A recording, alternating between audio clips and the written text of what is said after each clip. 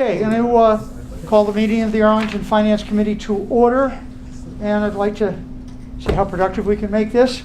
Not that all our meetings are not productive, but okay. First order of business is the minutes. Do we have any corrections?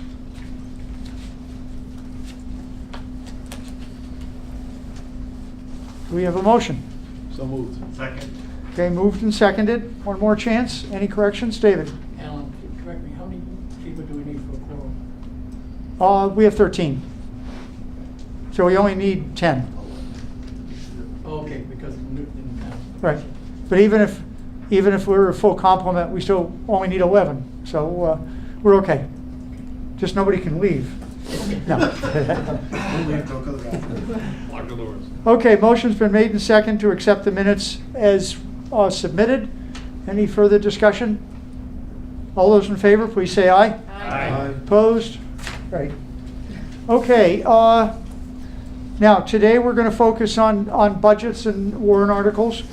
On Wednesday we have a meeting, Rainbow Commission coming in at 7:30. They submitted a 2-pager just describing them. They're requesting $4,000. I asked Liz, who's unfortunately not here this week, to ask them how they want to spend it. So hopefully they'll bring a budget. Next week is going to be busy. Got the on Monday we have the Transportation Advisory Committee at 7:30. And they're the ones who come in every once in a while when their money runs out. And then we have Minuteman at 7:45. That should be interesting. Annie, are they going to be submitting their budget to us electronically? You know, if I had made it to the meeting I was scheduled to do this afternoon, I would know that, but I will follow up and make sure we have something in advance. Yeah, I'd like it at least tomorrow. Yeah. Okay. I harassed the superintendent this morning to get us something. So you got the electronic version submitted, and hopefully by Wednesday we'll have the hard copy on that. So on the 20th is the school department. That'll probably take a good amount of time, and then we've got to wrap it up on the 25th and the 27th. Again, I ask you to leave the 10th open. Hopefully we won't need it. And then we start town meeting on the 22nd. That's right. So any questions on the agenda or where we're going? Okay. Budgets. Brian? Treasurer. What I page? have the old treasurer, the ex-treasurer sitting beside you. So with that being said, can you just note that I'm abstaining? I don't think it's good form This is the new budget. to attack your successor. This is the new budget, Steve. I'll put it in capitals. Thank you. Okay, there will be a couple of changes, actually, on the salaries and wages. So which is page 44. 44 and 45. Okay. There were a couple of just miscellaneous adjustments when we walked through this with them. And let's see here. I believe See, the old treasurer only made less than half of what the new one does. It's probably yeah, about let's get right. the old one back there. Yeah. Under the vacant position, which is no longer vacant, that salary is not 74,708. It's 72,957, and they gave me a revised with names on it. So there was a change there. I'm sorry, 72. 72,957. The resulting total under the new pay is 634,751. 634. 751. Okay, that's on 44, the top.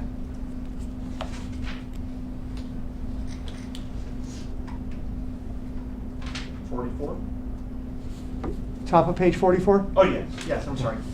I apologize. Then when you carry it across, that was, they hired somebody from within the town. So this person will have a step increase of $3,037 and a longevity of $500. Which, This is for, it's the cash manager. oh, If you looked in below, the assistant collector, interestingly enough, named Beck, is now the cash manager. Okay.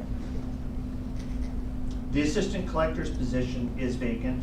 We did question about, interestingly enough, which follows not just to the treasurer's office, but to everything, because we always ask, why aren't they hiring at step one?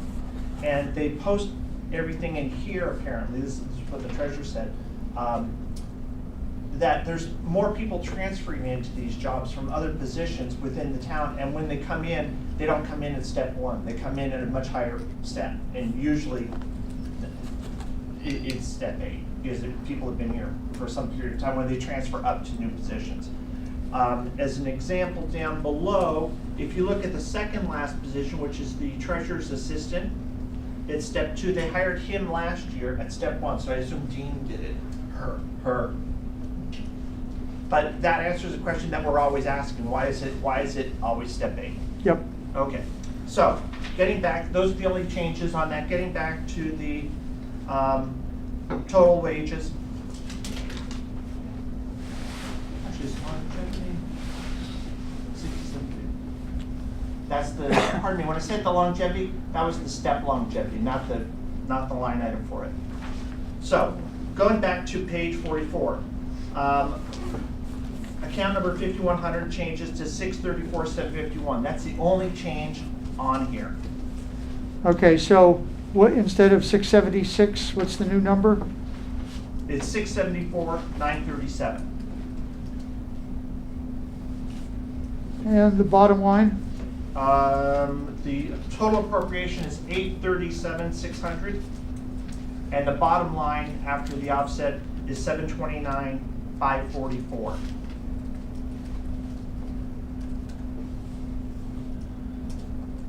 $729,544. Correct.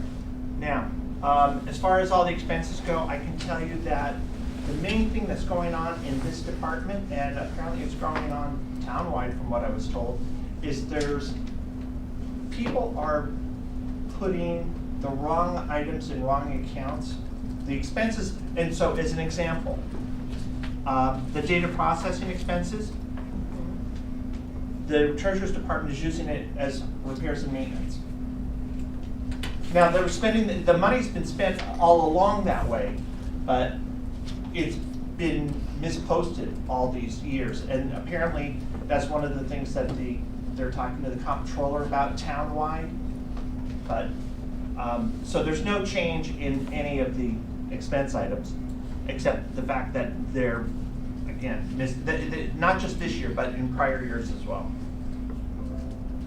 So I would propose that we approve the treasurer's budget at $729,544. Second.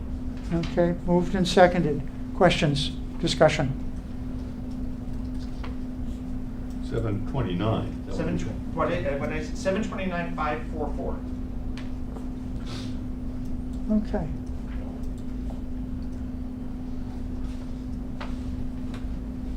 No questions, no discussion? Okay, motion's been made for favorable action, 729,544. All those in favor, please say aye. Aye. Opposed? Okay, unanimous. And I have the postage budget. What's the date today, the 11th? 11. Page? Oh, next one. That's, what's it, 40, 48, 49. Okay, the increase in postage under that line item 5226 town, that's actually for the town and the school collectively. And postage rates went up, is the first thing. Second thing is, they're doing more mailings more informational mailings because of the school, the new school. So that's why there's an increase there. Okay, talking to Gibbs. Yeah. Okay. So I would propose that the total of 187,586 be approved. Is there a second? Second. Okay. Discussion, questions?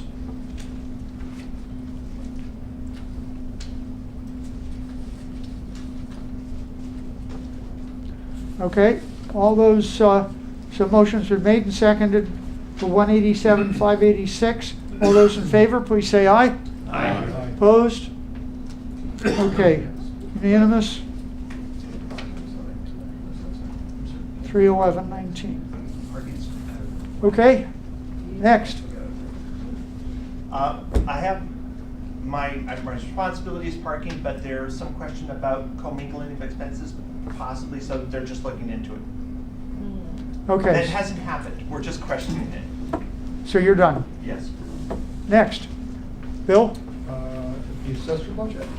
assessor's page. That page is, No, it's 52. 52 and 53.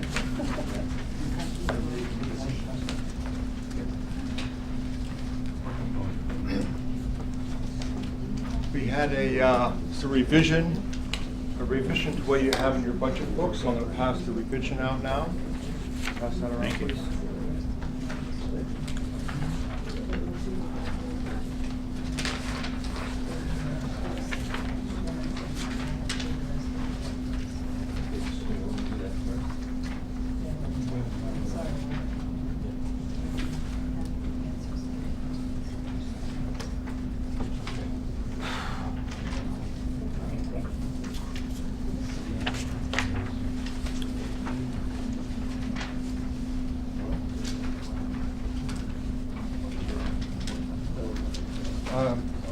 Two more things I'm going to pass around, maybe just like an FYI and footnote to what we're going to talk about.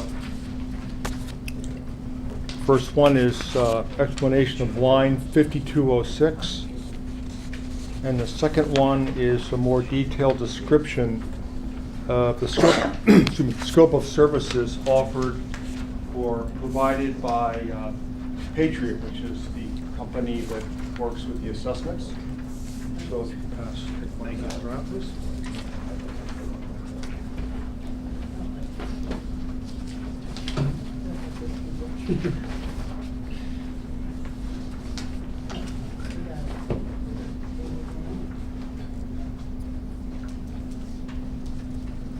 Okay, so last Thursday, Brian, Charlie, and I, we visited with Paul Tierney. He's the director of assessments for the town. He's been there now, I think, for 4 or 5 years. And I'd like to go through the budget, which is basically, as it is with most town budgets, we're talking about salaries and expenses. And if there are other issues or questions that come up on a larger scale, people want to know about the assessments in more detail, I think maybe we could hold that as a separate discussion, just so we can get the budget looked at and then hopefully passed, if that's okay. Okay, so the first thing you'll see is there were some changes with the revision, and the revision is the one dated 3/8/19. If you go to the salary detail, and there was a vacancy, and the vacancy was filled, and the new person came in at about $10,000 a year less than the vacancy. So that was a little bit of an upside. I think significantly, if you look at year 2020, the new pay, the $294,788, and then flip over to salaries and wages, you'll see the $294,788. So those match up, and with some of the reductions in the budget, in the projections, I'm going to drop down to assessor salary came in at 0.83. Overtime, I think, is explanatory. Longevity is a little bit high because there's an aging staff, and it's a small staff, but they get older too. So,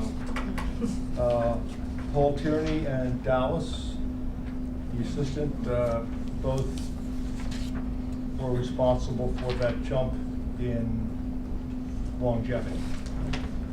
Overtime, pretty straightforward. Stipend, pretty straightforward, although I didn't know what that was until I met with them. But the stipend is just that. A stipend is pay, but it generally goes to somebody like an intern or somebody that helps out, scholarship.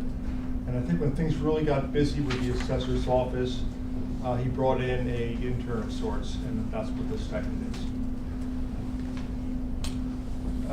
Jumping down, the computer maintenance. The assessor's office has been dealing year to year with Patriot Properties. It's the outfit that handles a lot, or I'd say probably 75 to 80% of the assessments done in the Commonwealth are done by this organization. Reliable, and they're very thorough. If you want to take a look at the scope of their services for the past year, you can see how it's very, very detailed. But why don't we just swing back to the computer maintenance? It's pretty straightforward. Pretty much have to use the software that's provided by this organization. So you're going to see increases, and this year the increase went up from 19,000 actual to 20,500, $1,500 increase. In-state travel, basically they're conferences and trips made by the Director of Assessment, Paul Tierney, and any of his staff that go along to these trips. Consulting, again, applies to the consulting clause in Patriot Properties, that part of what they do is to provide consulting, and that's been broken out here. Okay, that particular expense. Otherwise unclassified, basically their dues, memberships, et cetera, that are also year to year.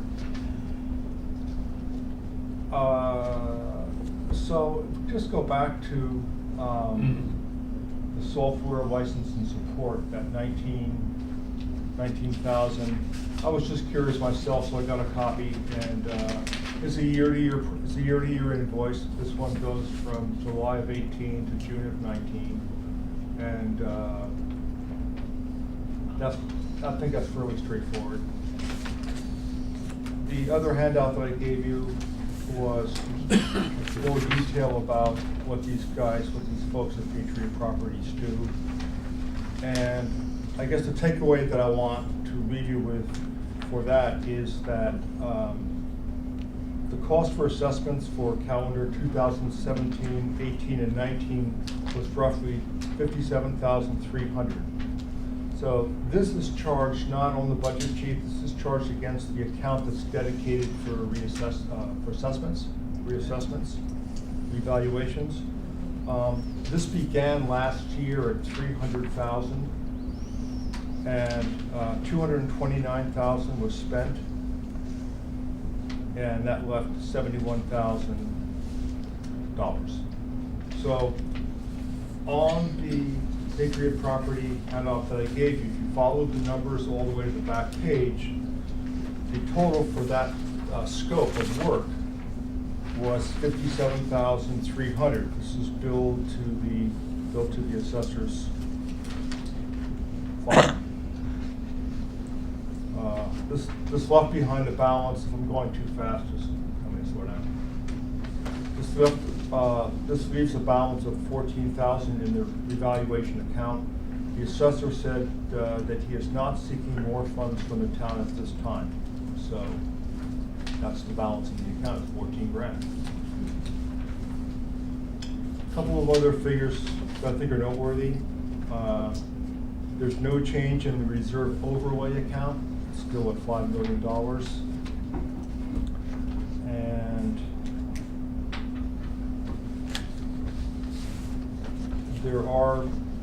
there is a further sales analysis in terms of spreadsheets on all the sales in Arlington that took place in calendar year 2017. And this was kind of the springboard for some of the evaluations that were done, 2017, 18, and 19. But before we get into any specifics on that, I just wanted to put out the budget as we see it, and I explained it, and request a motion for approval as stated, as printed, with the revision. Is that your motion? So moved. Second. Second, moved and seconded. Questions on the budget?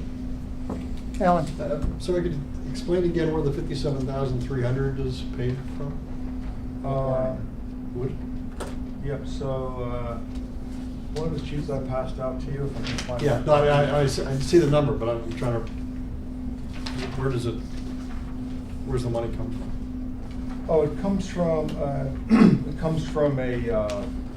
an assessment account that's set up for assessments. And where does the money come from that goes into the assessment account? Warrant article. We have revaluation article every couple of years. Okay, it's not the overlay. It's a 300, no, it's not the overlay, it's the 300,000. Okay, They so spend it, revaluation. yeah, they spend it down over a couple of years. So in next fiscal year, they'll be looking for money. Probably be looking for another 300K, I imagine.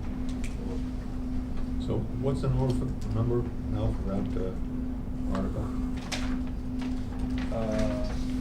Well, I still just have the draft. It looks like it's Article 73. And when I talked to you today, One less than whatever it says there. 72? It's Article 72. It's 57,000. Right, 7,300.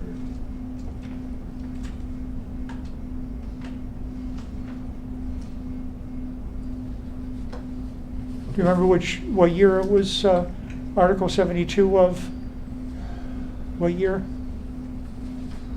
No, I don't remember. Okay. They said 3 years ago.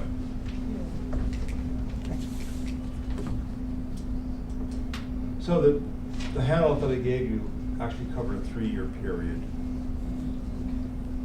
on the money that was withdrawn from that Yeah. account. Questions? John? Who's responsible for tracking the accounting on this assessor's fund? Where does it show up on the books? Well, it would have been appropriated 3 years ago in town meeting, in a separate warrant article, 300,000 for revaluation, which we have to do every 3 years, I believe. Yes, right. Right. And so it gets accounted for the way any other appropriation gets accounted for. Comptroller is the answer to, one word answer to your question. Thank you, Charlie. And we then question it every year. What did you do with the money? And we follow and we track it. But that's what this, right? That's this year's. And we haven't met with the comptroller yet, but we will ask the question when we meet. Other questions? Question. Yeah, Peter? So I guess I understand that no appropriation is needed in Article 72 this year. Is that what you said before? That is what I said. And those are the words of the assessor. It's looking at a $14,000 balance where it was $300,000, 2 years ago. And I think probably next year, my guess would be when this comes up again, we'll be asking for. Yep.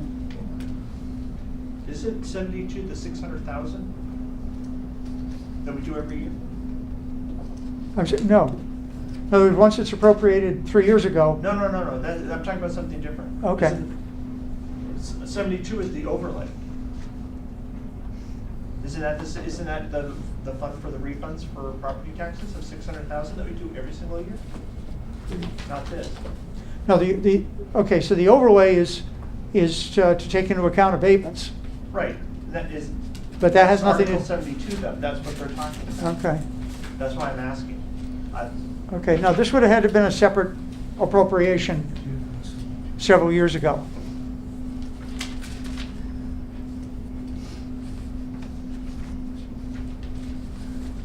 So But he's right, 72 is the overlay. is the overlay, that's Right, correct. That's the 600,000, that's different than what they're talking about. That's why I'm correct. Jumping in. Yeah. Right.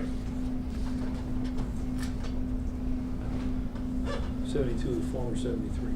Yeah. It was 73, now it's 72, post-draft. Right, but Post-draft. that's not the 300,000 that was appropriated for revaluation. No, No. no, that's a different. Well, maybe there isn't an article. There's none this year. There's not this year or last year. It would have For been, this year, I mean, I'm sorry? for this year. There wouldn't be this year. Okay. We'll probably, what he's saying is you'll probably see it next year. Next year. Probably see it in the warrant for next year. I'm straightened out. Because it was 73 and now it's 72. But that has nothing to do with the warrant article. It reads, to see if the town will vote to appropriate a sum of money from the previous year's overlay reserve surplus account. Right, that's not the revaluation. Yeah. Fair enough. Okay, so other questions? Can I ask about the scope of work, or are we voting on? I think I'd like to vote, maybe I should have held back and handing it out. I'd just like to go ahead and vote on the budget as you see it, Okay. revision, and then if you want to get into details about the assessment process, then we can maybe do that. Okay, so I'll hold my question. Are there any other questions on the budget? Okay, motion's been made and seconded for 331,950 as in the revised budget. Further discussion? All those in favor, please say aye. Aye. Opposed? Favorable action? Unanimous? 311.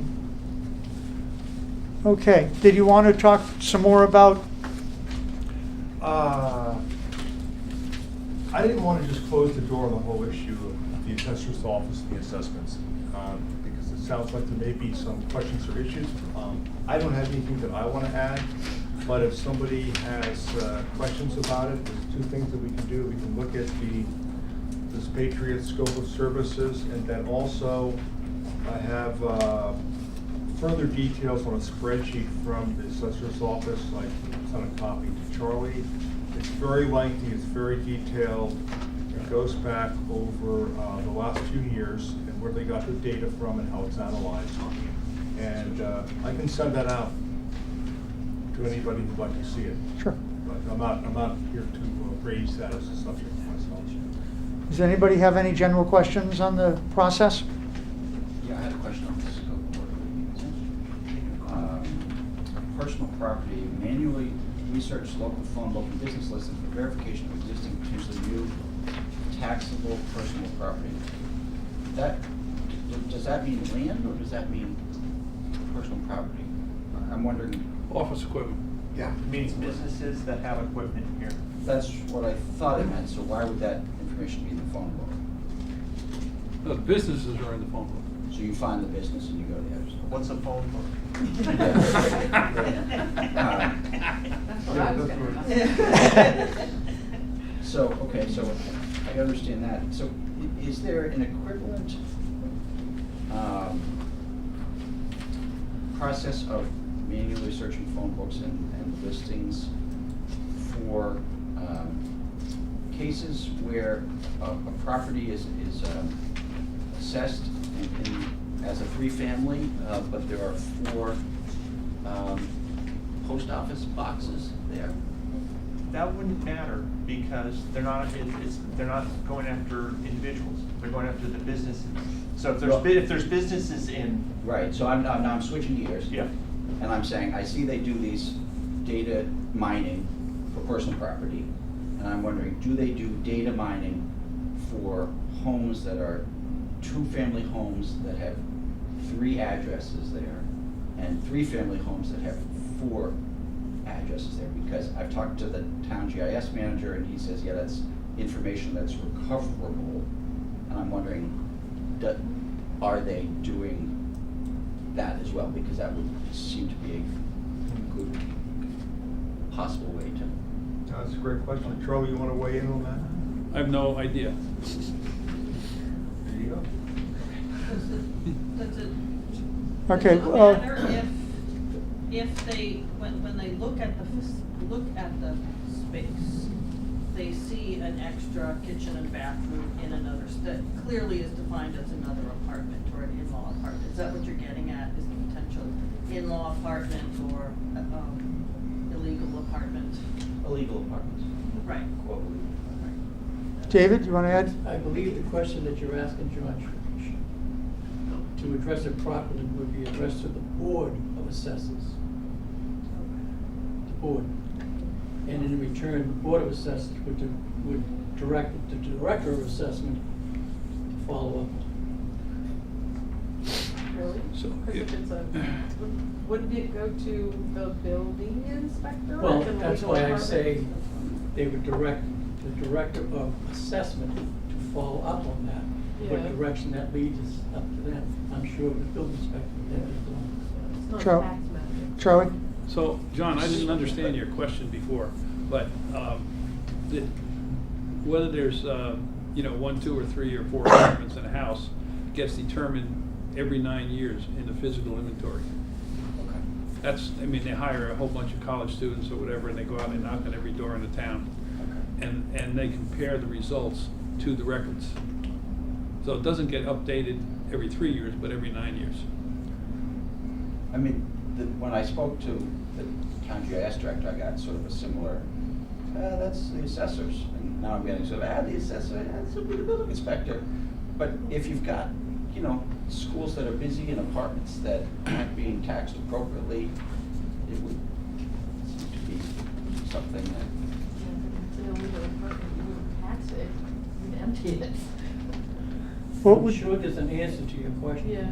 There's definitely an answer to your Let's talk question. about like Because that has come up businesses. many times before. And how they address that is, Business I don't know. excess tax on There business. is a process. Okay, Bill? Good question. Yeah. Why don't you return to the assessor? It's not accessory. It doesn't have to hold up any further discussion, but return to the assessor and ask what happens when you find an illegal apartment. I mean, maybe it's just a data transfer. Maybe they do it, maybe they do some big data processing and they turn it over to the building inspector and that's it. But if somebody's doing data analysis on a data set, that may be interesting. Maybe you just give I it to the think they building have to inspector and say, inspect it. well, I think, you'd have to inspect it. Yeah. But, you just can't just change somebody's no, I'm not suggesting you did, yeah. tax records on an arbitrary basis. I mean, everything, from my understanding, is computer driven on these assessments. 1/3 every 3 years. If only get to that last year, then you get The physical. the physical. Yeah. But except in the interim, if you take out a building permit to renew your kitchen or, build 5 extra rooms at the top of your house, that goes through the building inspector. That information goes to the assessor and gets added to your property value. But somebody like in the, I don't know where Adam sits, whose apartment he's in, but he just can't sit there and say, I think Ellis has got another apartment there, let's change his taxes. That's No, not. that's not what I was suggesting. Yeah. I was suggesting that if we can collect this data set and transfer to the people in the town who are either in charge of collecting more money or getting rid of illegal apartments, and this company is already doing that data analysis and can just run a query, this property is zoned as 3, but it's got 4 mailing addresses, then that data might have some value to many people, actually. It would have data to the people doing school plans, enrollment planning, or, so. Yeah. I mean, the person responsible for enforcing the zoning, Yeah. and that's what this is the building inspector. Yeah. And so if he was notified, I think he has the power to take action. Right.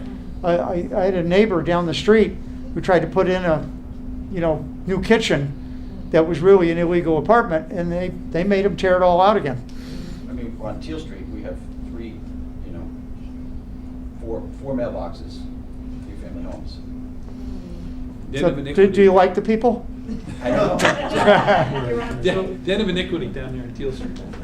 Yeah. Dean? So I will say, to your point about data analysis, is in the next 3 years upcoming, I think it's gonna be a lot easier to do than it's ever been before. One of the challenges the town had in the past was it was running on this like DOS-based tax collection system, and so you didn't have one partial ID for everything. So like the assessors had one partial ID, the treasurer had a different partial ID for your real estate tax, your water bill, your excise, like it was insanity. So one of the decisions that was made was that the treasurer's office would actually change everybody's tax bill ID to align with the assessor. And so now the ID that the assessor has and the ID that the treasurer has is the same. And that's why there was like one moment where you probably heard some people freaking out because their partial ID, which they'd had for like 20 years, changed. And so moving forward, that's part of the concept, which is from a records perspective, your plot of land or your parcel is going to have one unified number for the entire town. And so you'll be able to actually do things like you're saying, which is what look at, whereas before, it was everywhere that you were trying to figure it out. Okay, so Bill, ask the assessor what he does with the data. My guess is he notifies the building inspector, but. Okay, Bill, do you have any more budgets?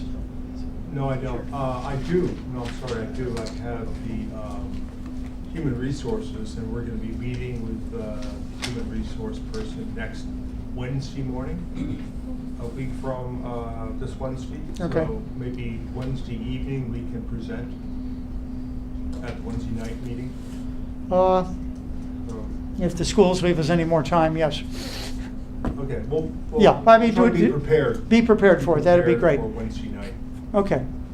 Carolyn, do you? On assessors, I came late. Is there anyone in town that's addressing a lot of the concern that people had about the changes in the assessment this past year? That would be the assessor, the chief assessor. We raised the question. Yeah, I asked how many, and he said they had a few up first month, but not since then. Okay. So it's sort of like any issue, it gets magnified, on the Arlington list, and all of a sudden you think it's like 20% of the properties, and it's really only a small percentage. Brian? We received, I got it from Charlie, this nice little handout. Each little dot on this is a household, and it shows how much it went up or down. Now, the issue, I have a question for you, because you've been here probably longest that I know about. Why is there, 11 taxing districts in town? And what we're looking at is 1, 2, 3, 4 taxing districts were zero or went down in value. When literally on the same street, on the other side of the street, it's in a different taxing district, the houses skyrocketed in value. And what I'm trying to figure out, if this is getting resulting in an inequity, shouldn't we overall be looking at that? I can jump in there. I think we talked a little bit about that. And the example that the assessor came up with was in District 12, there were 15 sales. And I think there's something said by the Department of Revenue that, okay, so the 15 sales in District 12, and right next to it, District 2, there were 5 sales. So it may look like there's an inequity, but it's the way they do business. I mean, it's based on sales. I understand that, and I was there. What I'm saying is, you have a street. One side of the street's in one district, the other one's in the other side of the district. And I don't buy the fact, well, that's a different district, they had 5 sales, and it's just straightforward. And then if you were to look at, I don't know, have you seen this document now? No. I'll Yeah. hand it to you in a second. Yeah. Christine just noticed that the map looks oddly similar to the old elementary school districts when there were 11 elementary schools. Okay, so Yeah. regardless of how they got it, you can see. What? Oddly similar? I mean, I've never done a study. We didn't do a study. We just stared at it, Yeah. put the old schools in the block, and said, "This looks like the old block district." looks like the old Parmenter. I don't know that it's a But- this year event, but it's something Yes. that we should look at. Especially when the bishop now is In my got mind. their own Right. parcel, and Mhm. see where the Parmenter district was. So one of my questions is, do we need to just simply get rid of the districts? We're only a 5-square-mile town. I mean, You could use the trash routes. Trash routes, that's a well-known, we used it for free. I mean, you could divide it down into radius cost. Yeah. Is state law involved in this now? You know, it's a very different town in a lot of ways. I like to joke, I lived on Teal Street, 2 blocks from the Cambridge line, and now I'm up on Wall Street. I moved from the city to the suburbs. It's a very, very different place than being able to walk 10 minutes to the T versus having to drive out of your neighborhood. So, you know, the whole assessment process is very heavily regulated by statute and by the town and by the state. It all has to be approved by the Department of Revenue, Bureau of Local Assessment, before this can be used. So, you know, if they're qualified to say this is how it gets done, I'm not sure we have the expertise to challenge it. I guess what I would do, Brian, is bring it up with the manager. After this season's over, I will definitely follow through Okay. with it. You can guarantee on that.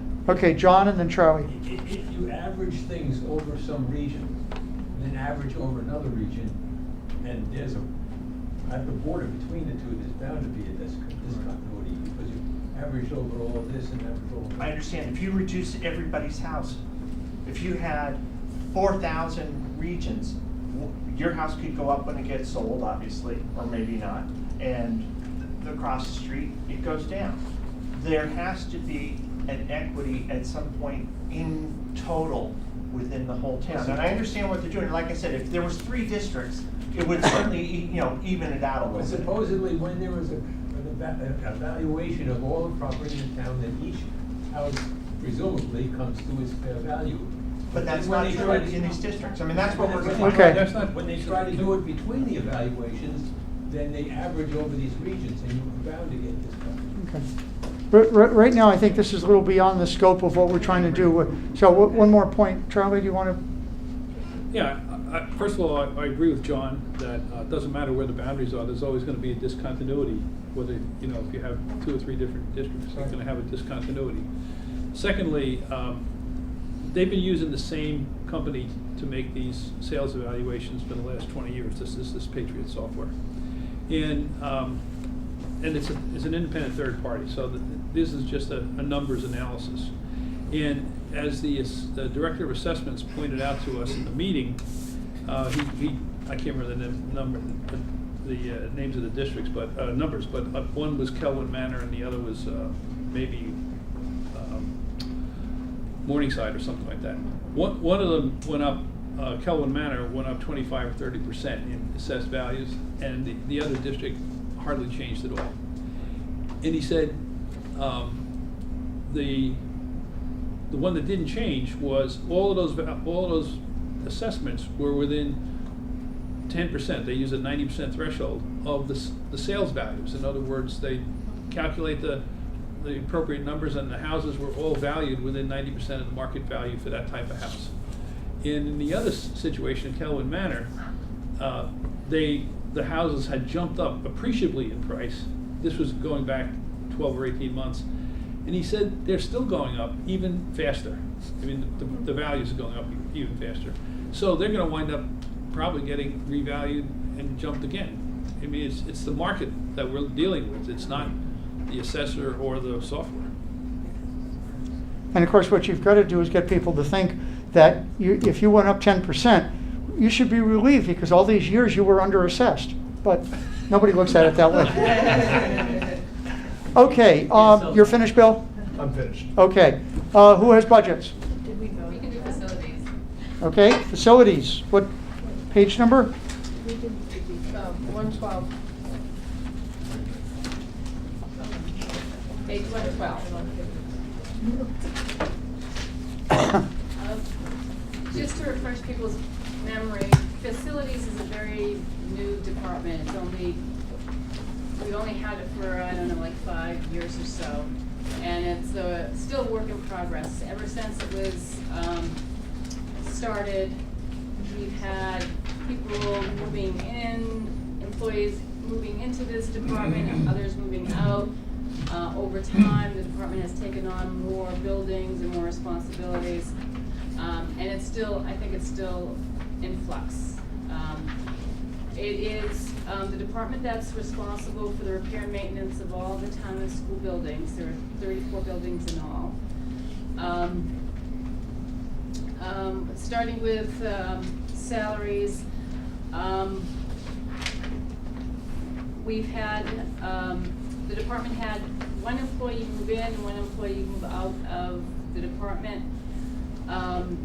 But notwithstanding that, the salaries have only increased about 2.5%, the contractual increase. So there's really not much to report on salaries. The expenses. Let me just go down and explain what the expense categories really are first, and then Annie and I can talk about the details. 5202 maintenance is contractual services, third-party vendors. The energy line item is electricity. Heating fuel is natural gas. Training is training, surprisingly. Other supplies, that's materials and equipment. Other services, we can ignore that because there's nothing in it. Fox Utilities in Mount Gilboa, for those of you with a good memory, you probably remember that these items were in natural resources for a while, then they moved to somewhere else, and now then they went to facilities.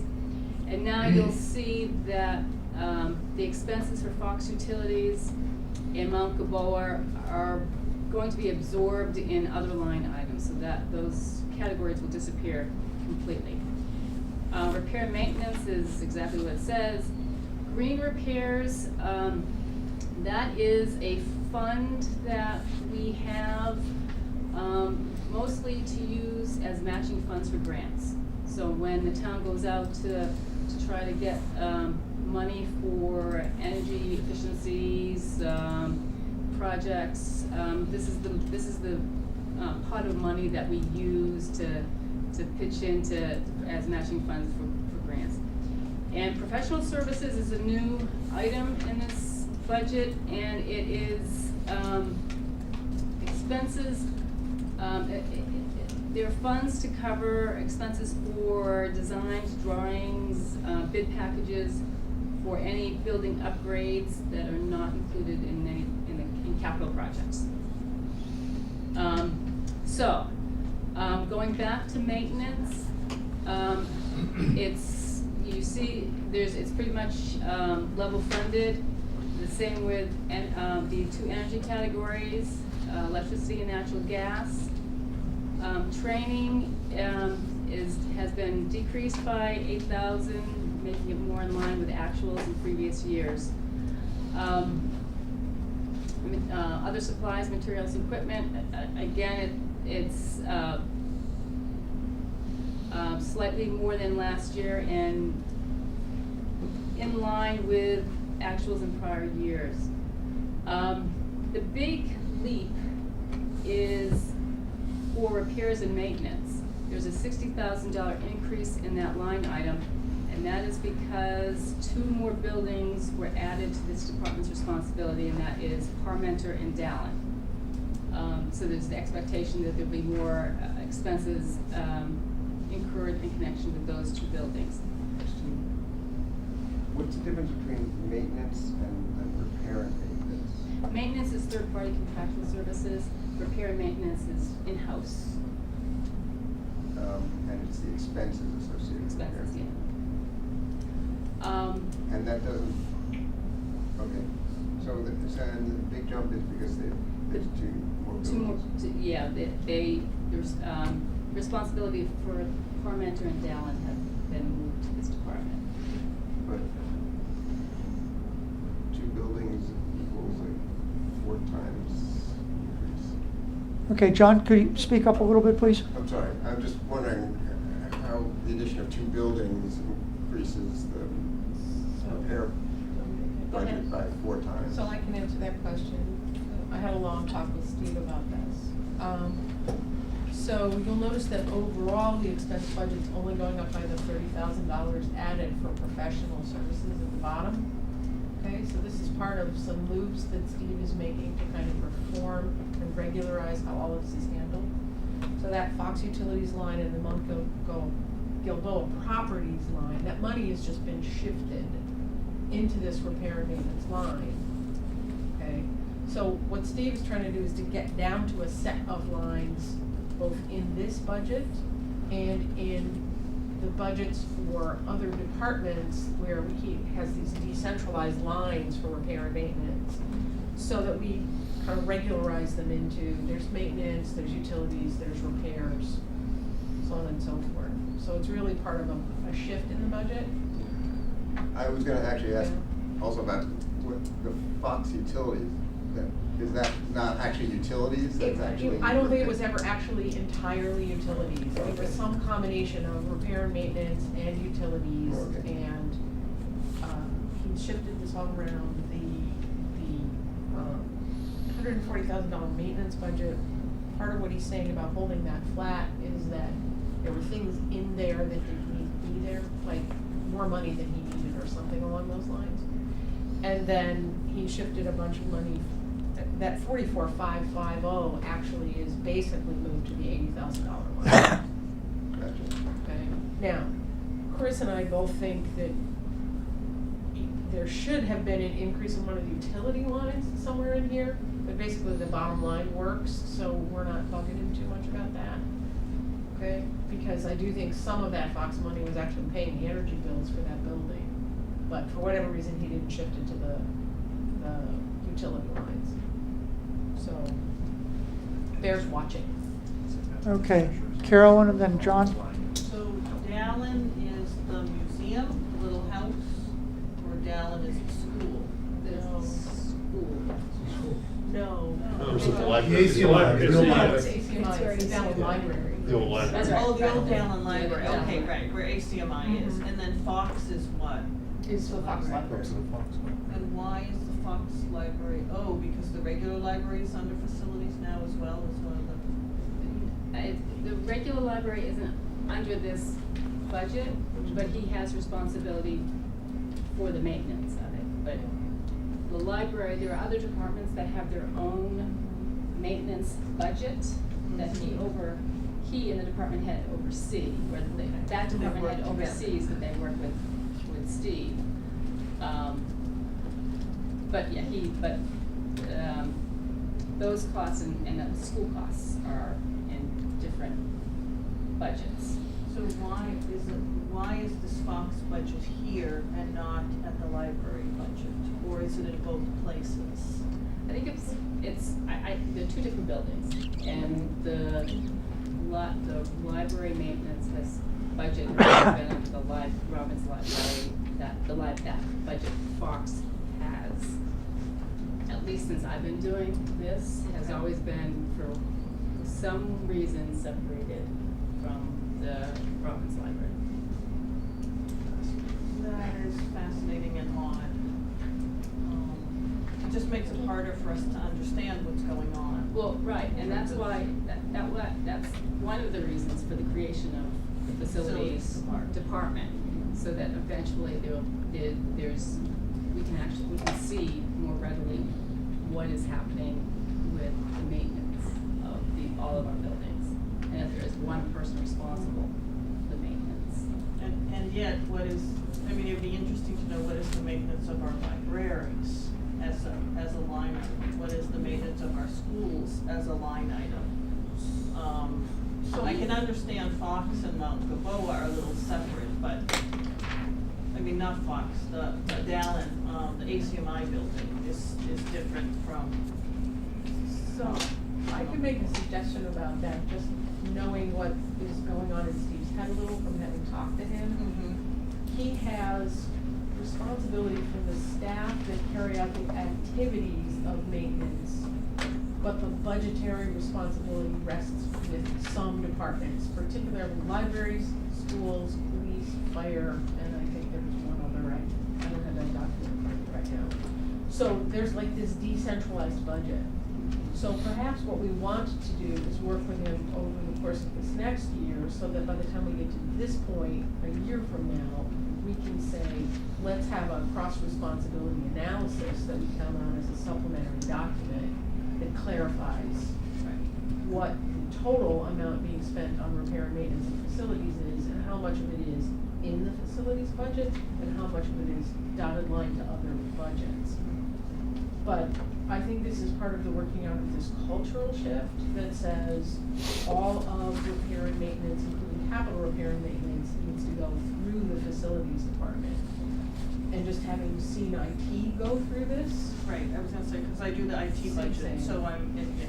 Yeah, so That's why I'm just asking. think of them as 5 years behind IT, you know? Okay, all right. Help you kind So- of conceptualize If it. you, Okay, if you look under the library budget, there's a maintenance line, it's a $51,000 maintenance line. And there are other budgets where maintenance really is maintenance. So the expenses come out of that budget. And the responsibility of that department heads works with the director of facilities. The Fox maintenance is going to zero in this line. Where I see that there? It's being absorbed in the rest of the facilities maintenance and repair lines. Yeah, okay. the, don't worry, Carolyn, in about 20 years, we'll have a new town manager, and they'll say, oh, we ought to decentralize all of this, you know. But, Over my dead body. yeah. Okay, any other questions? Charlie and then Peter. So, just a little anecdote, I think the reason why the Fox is separate in these categories is because I think when Don Marquis was manager, that we closed the Fox. And it was opened at the insistence of the neighbors, you know, the people living around there. And somehow it never made it back into the library's budget, just it was sort of cultural. But I do have a question about the facilities. These energy, what are these energy accounts for? If all these other departments have energy accounts? Well, there are buildings directly in this budget. I see. And that includes town hall. Dallin, Montalvo, Fox, all the DPW buildings. Yeah, the DPW buildings, town hall annex, Jarvis House, Mount Gilboa, Fox, Parmenter, and Dallin Library.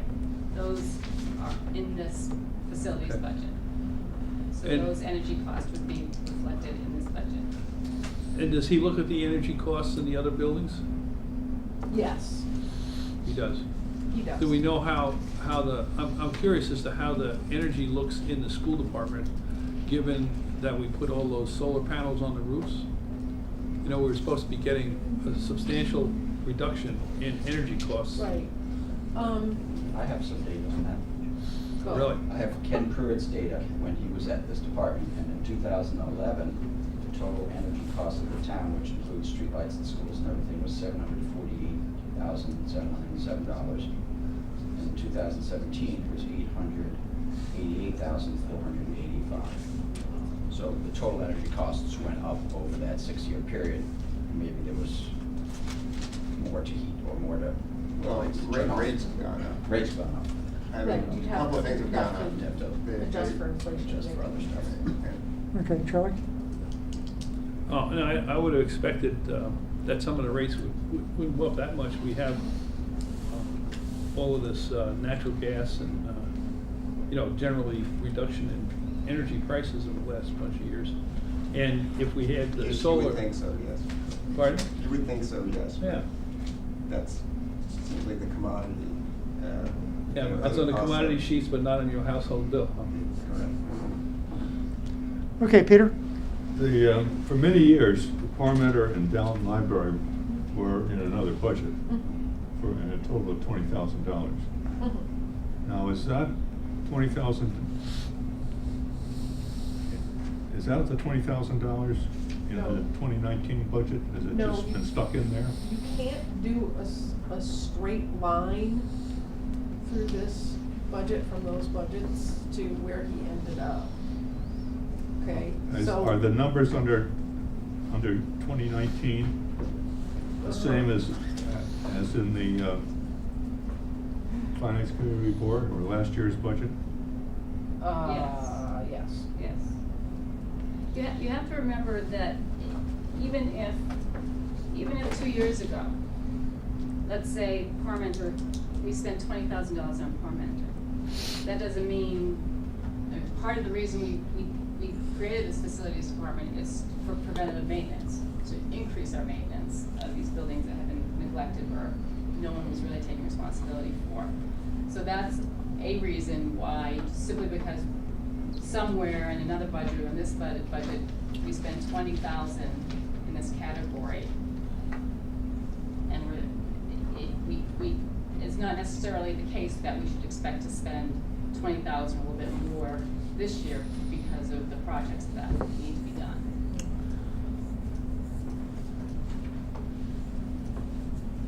Okay, Jonathan, did you have another question? I just wanted to know whether, so is the long-term goal to consolidate facilities budgets into one facilities budget? In other words, pull out the maintenance and repairs from all those other budgets and. We didn't really talk about that. What we talked about is that there is this stage that he is in now where, with the exception of a handful of departments who are maintaining those lines in their budgets, he's now responsible for a whole bunch of buildings that used to show up in different places, and some of them were orphaned and so on and so forth.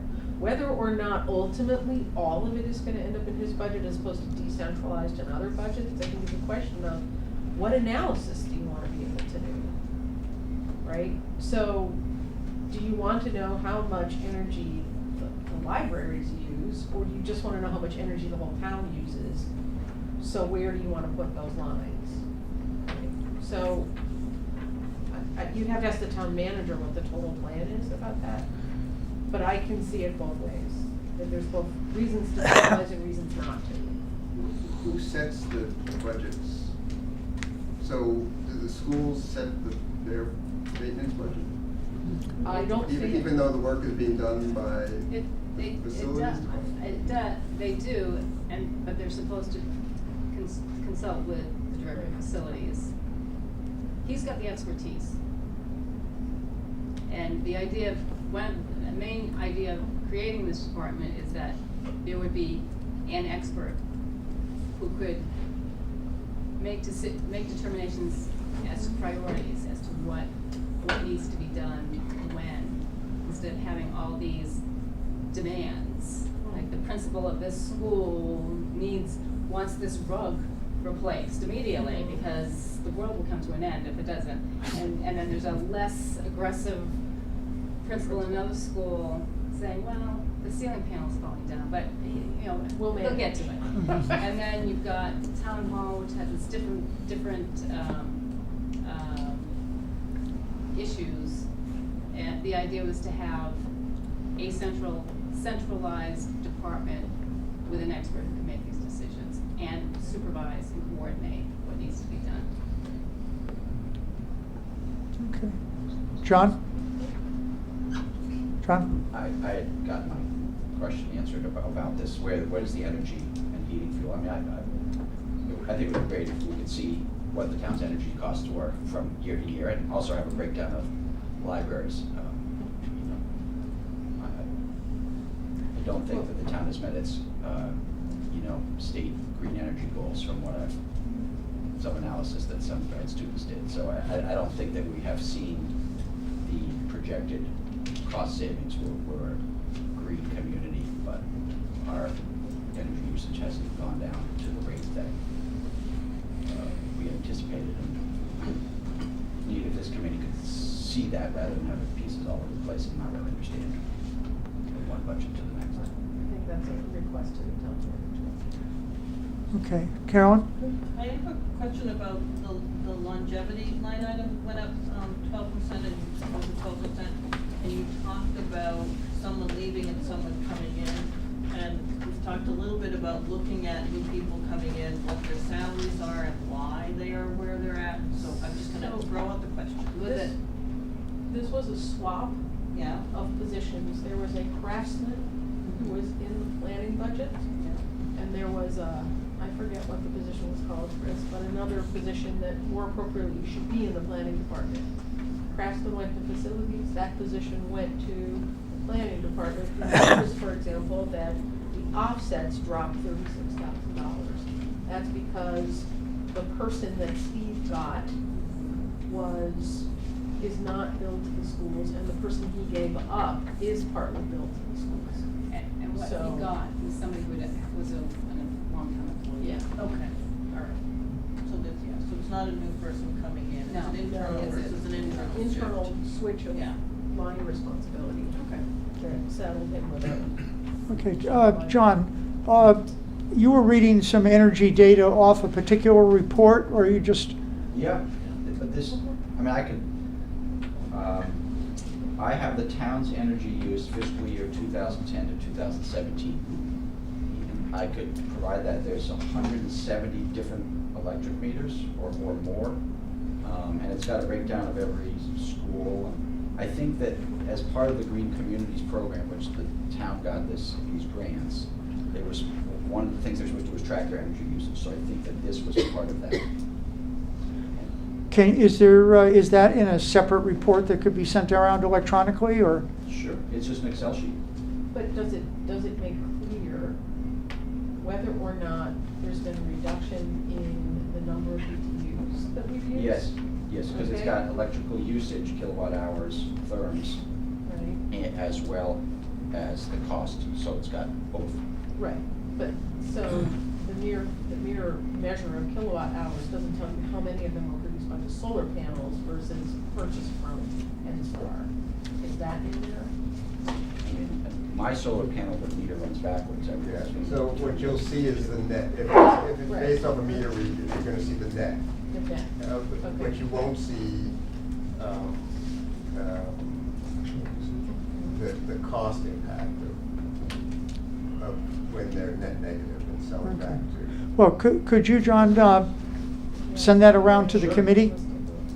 Yeah. Okay.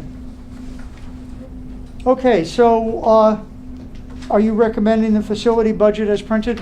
Yes. Second. 750,907. Additional questions on facility? Okay, motion's been made and seconded for 750,907. All those in favor, please say aye. Aye. Opposed? Okay, favorable action, unanimous 311.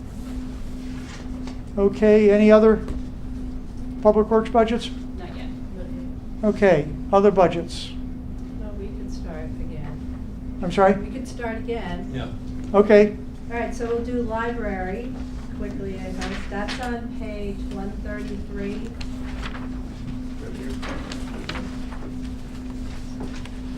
So that the info on the trust was sent to everybody, but I just want to make sure that it was understood that's not just a pile of money. It's a variety of trusts that are already earmarked for special things.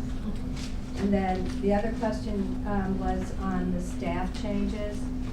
John was going to talk about Yeah, that. so, on that, page 135, a bunch of questions about what happened to people. So, the first one was Litton, and he moved up from, down below, from branch librarian to assistant library director. And he went from grade 2, step 1 in 2019 to grade 4, step 1 in 2020. Then Thompson is a new person with 20 years of experience, hired in October of 2018, came in at grade 2, step 5 in 2019, and will be grade 2, step 6 in 2020. And the next one is Cannon. Again, a move from library assistant to head of circulation. Again, someone with a lot of experience. He went from grade 4-3 in 2019 to grade 4-4 in 2020. Then Rodriguez.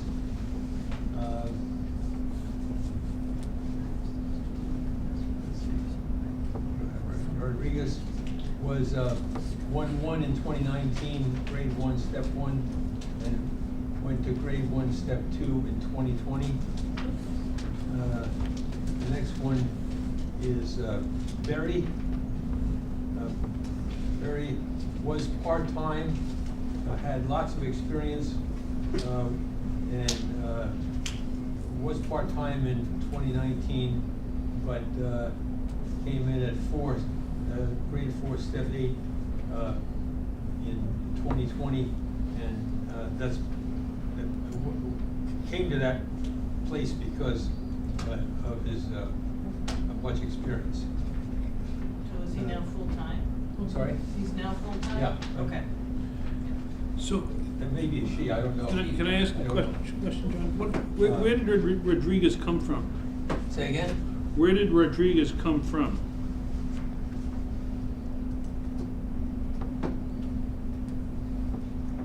Rodriguez.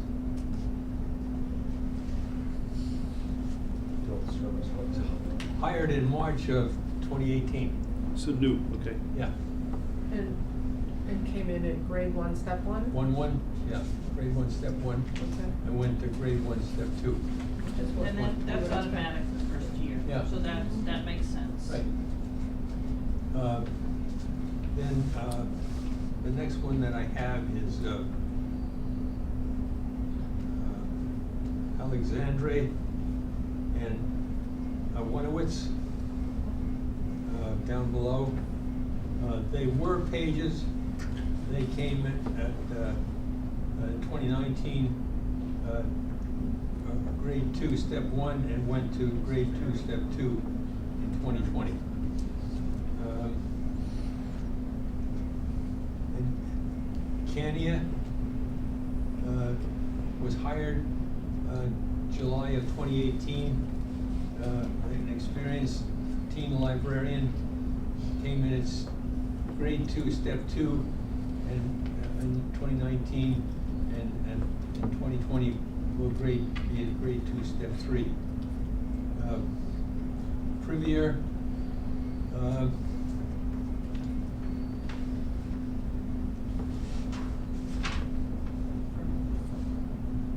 was up above the head of tech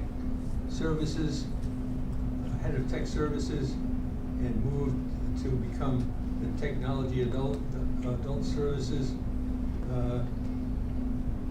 Was grade 2, step 6 in 2019, and it will be at grade 2, step 7 in 2020.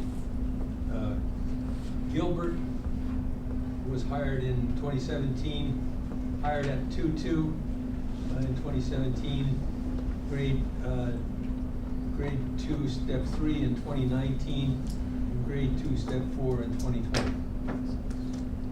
O'Connell, hired in October 2017, came in as a 1-1, and it will be a 1-2 in 2020. And McCracken was at 2-1 in 2019, it will be a 2-2 in 2020. Hired again October of 2018. Okay. Okay. Is there any other questions on the library? Okay. All right, then we can go to the next one, which is Health and Human Services. Well, you know, Oh, sorry. let me just say one thing.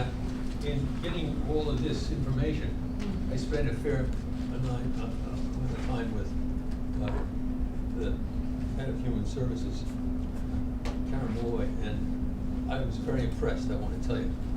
She's a very impressive person, and I think the place is being very well run in terms of where people come in when they are hired, etc. And the word will spread that the finance committee is being a pain in the neck about this stuff, we better get it set right. Well, I want you to know that when I went to sit with Karen Malloy, Sandy came and sat with me as well. Let me know, in no uncertain terms, that they were doing their job properly. Okay. Well, and a number of these were reclasses last year. I'm actually remembering some of them from reclass last year, so, and I'll sit with her and do this with her as well. Okay, we're ready? So we already voted this budget, but there were a lot of questions. What page is that? I'm sorry. Oh, it's the next page. It's Health and Human Services. 138. So there was a question about the fines that were collected. So Christine sent me, I don't know if this was a whole year, but in any case, there are, as a sample, we collected $900 for people smoking in a non-smoking area, $1,400 for dumpster fines, $40 for improper trash disposal, and $40 for keeping of hens tickets. What was the last one? Keeping of hens tickets. I guess the person didn't get the license or the permit to have them.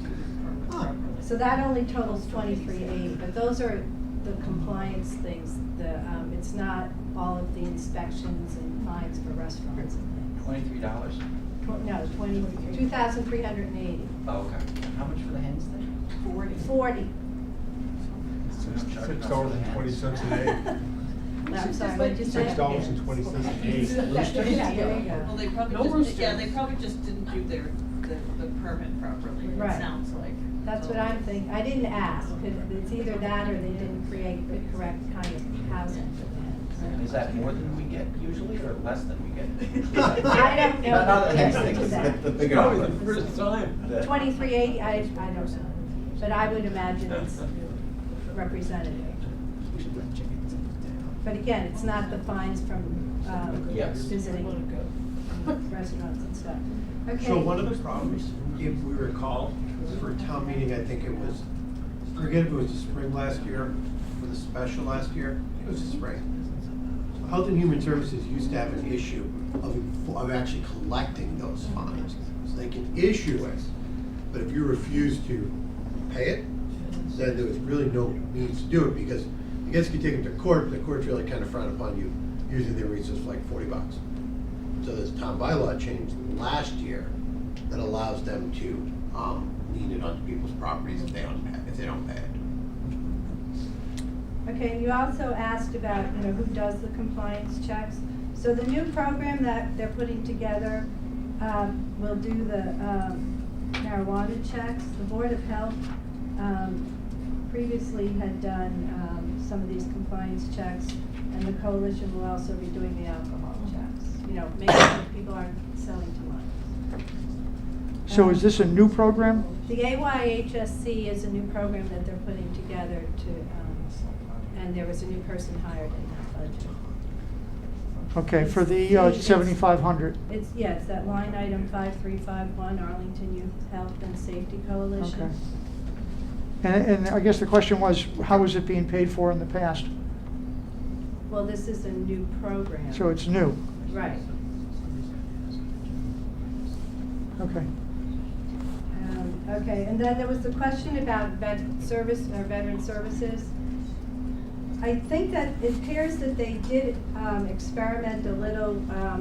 Christine said we formerly did some work with Winchester, and in general, it was determined that it just didn't work. It didn't make sense to make a coalition. That Jeff was doing a really good job with Arlington, and although he could help, he can help other communities help their vet services person, but it's really just could be done. He does the work for Arlington. Let's see. Oh, and you asked about dredging for mosquitoes. The reason it went down is we only have to dredge every 10 years. Okay. Are there any other questions on that budget? What did this person come in at, this new person? I know it's in the, oops, sorry. Oh, they haven't hired that person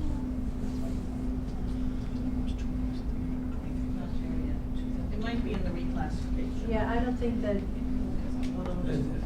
I don't think that person is here, yeah, I don't think that person is here yet. Well, they may be here, but they'll show up in reclass, and I haven't done that yet. Okay, so you'll know. Okay. Okay, so the next budget would be,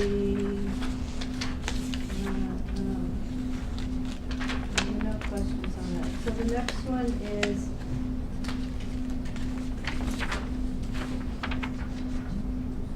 Council on Aging Transportation, I think, which is page 175.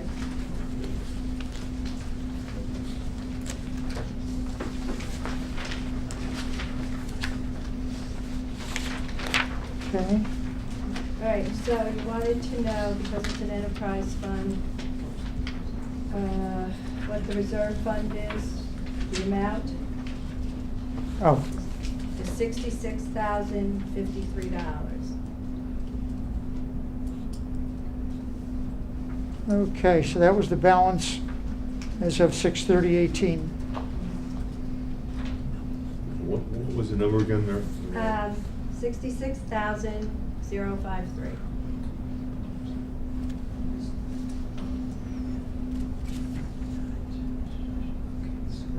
Okay, next.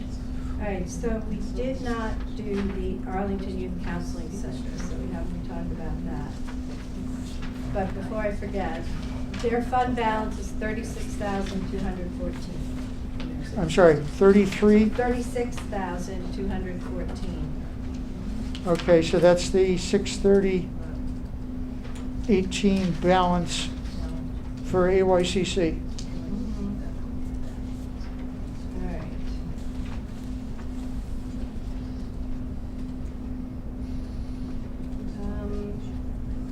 I mean, this is that program that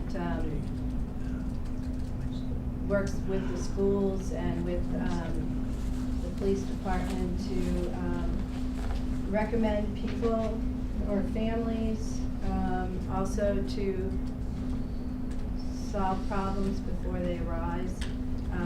There's very few places where children can get counseling in this state, and this is a really remarkable program that has been extremely successful. It's helped a lot of families. So, what do I want to see? I'm not sure what, maybe if you had questions, but the salaries and wages are going up mostly because there's more hours. They're increasing their hours.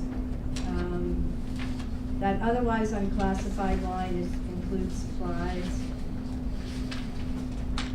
And, I'm sorry, what is that? supplies.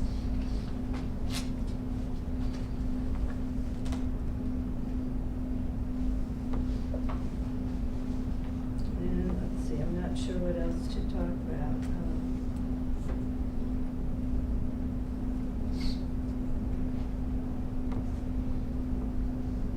Have the selectmen voted on the CDBG funds yet? I don't think so, she didn't. Okay. She didn't say that, so this is just the plan to fund it. And so the transfer from other funds is the transfer from the town money. So that's general fund. The other state revenue. Right.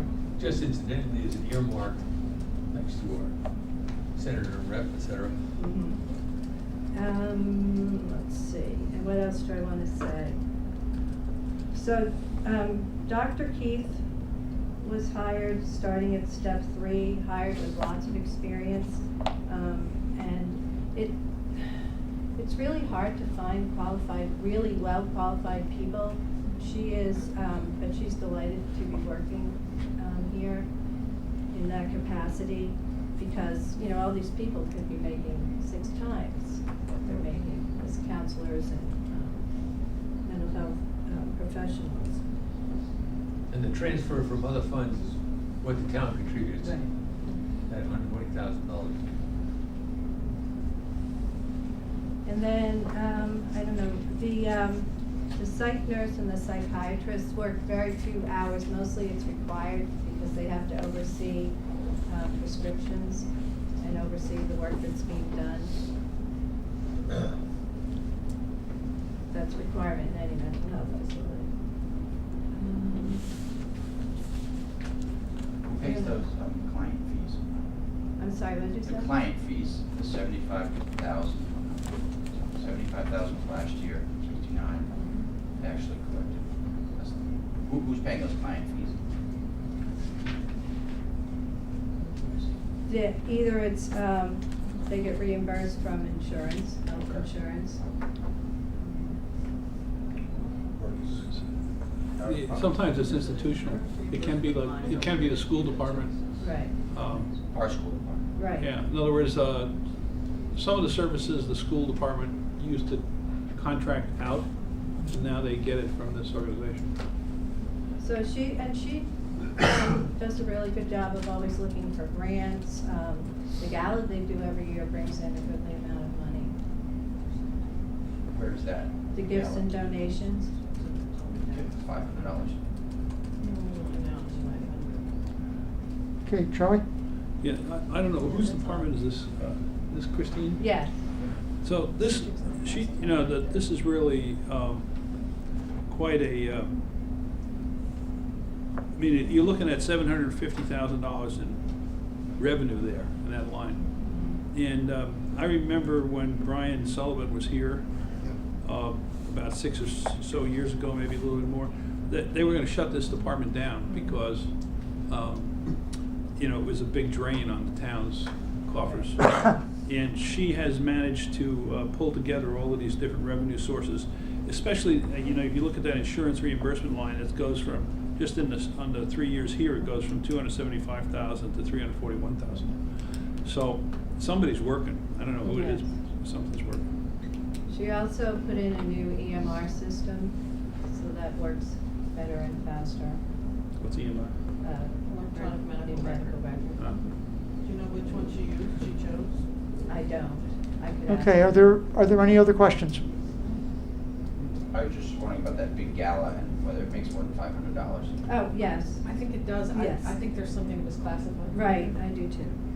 I will ask her. Yeah, it seems Where it odd goes, but that there yeah. would be more of a revenue line there. I mean, this is all the revenue lines. So the intergovernment revenue is also the schools. So are you recommending the budget as printed? Yes, I am. Is there a second? Second. Additional questions?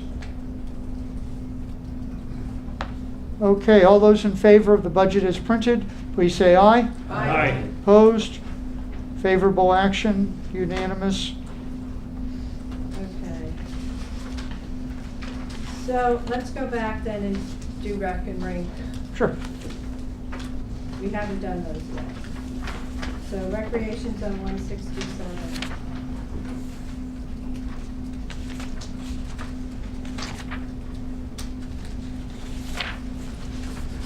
Okay, this could take a lot of explaining. So when John became the new manager, he somewhat changed the budget, and there was this, because, with people's advice to make it more like the other budgets.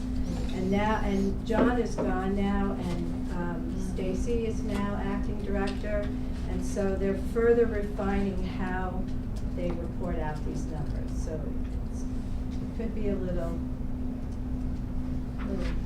confusing. So if you look at line item 5224, contracted services, that's for basically the people who lead the programs, the vendors, the teachers, the coaches. The jobs program, 5240, is really seasonal program expenses. I'm sorry, once more? Seasonal program expenses.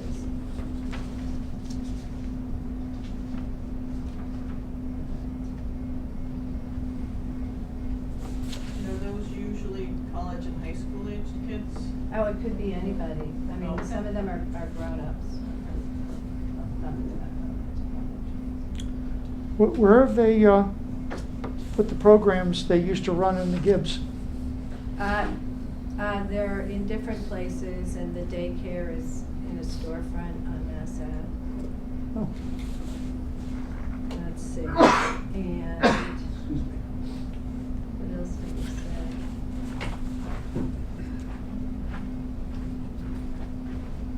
All right, and this is what Sandy said, the FY20 budget moves funds from 5240 to 5224 to make more accurate estimates. If you're wondering why those line items are empty there, that's because they moved them up into 5224.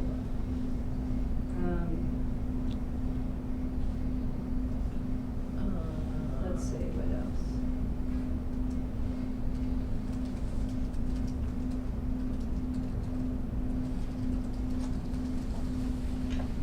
And if you'll see that same transfer down here. Okay. Do you have a balance at the end of the year? Yes. It is. For the rec, where did it go? It's 683,966. 683,966. Yes. And this does not include money that was paid in June for July and August programs.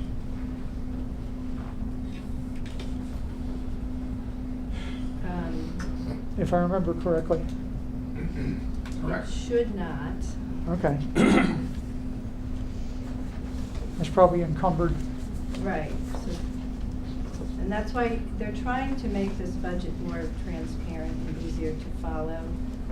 And I think eventually they'll get there, but it goes through various iterations and different people and different responsibilities. Oh, and the other thing I wanted to point out is a lot of the people who work for the rec and rink divide their time between the two, so it may look like they're not FTEs, but they really are. It's just you have to add up their time spent in rec and time spent in rink. And the other thing to say about this, when we talked to Sandy, they are, that is, let's see, the assistant preschool person, that is now vacant, and that's probably will be vacant for a while until they get to go back into their, another space. And they're still, they're in the process now of looking at the director and acting director positions. And so one of our questions next year will be, if those positions remained open, did they spend the money elsewhere? Or did they have that money at the end of the year? Mm-hmm. Well, then it would flow into the balance, fund balance. Oh, and the other thing I want to say is the transportation line is for picking up the kids from the schools.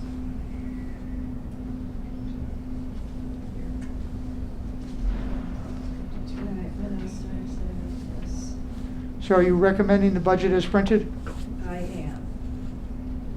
Second. Any other questions? All those in favor of the budget as printed, please say aye. Aye. Opposed? Unanimous? 311-19, okay, rink.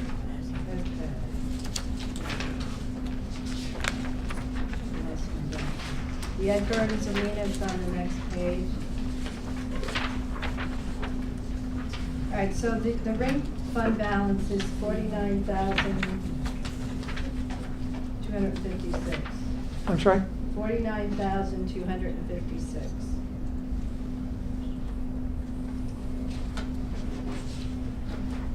So if you look at the line item concession, it's now in the 10th line.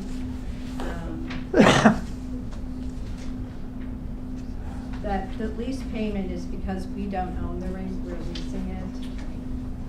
Gasoline is for the van and the truck. The repairs and maintenance are the boiler and compressor.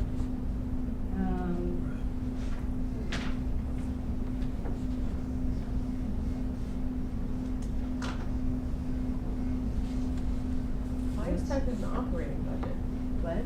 Why is that in an operating budget? I'm sorry, which? The repairs and maintenance, you mean? No, the boiler and compressor, it wasn't a capital project? Because, let's see, so, I don't know, it was in the capital plan. I think they were still working on this. Do you know, Charlie? Boiler and compressor. I don't even see, where am I looking for? You're looking at repairs and maintenance, Where is it? 5269. $25,000. There's a $25,000 bump. No.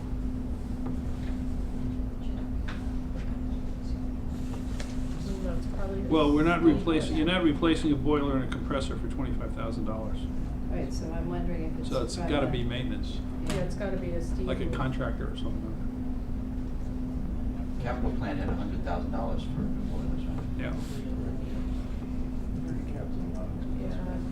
We'll ask. So it's not capital, then it is operating, it's just, maintenance. Got it. Sorry to distract.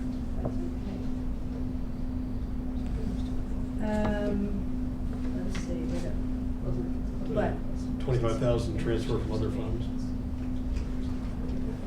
Where you look, oh, this, yeah, that's from the town money. Okay.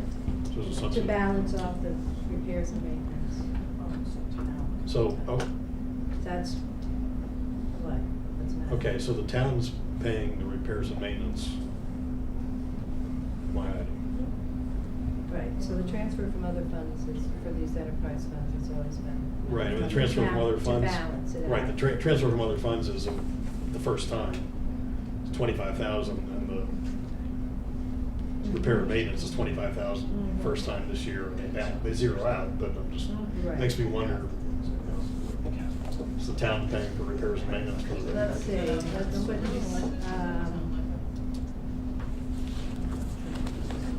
this is what Sandy said.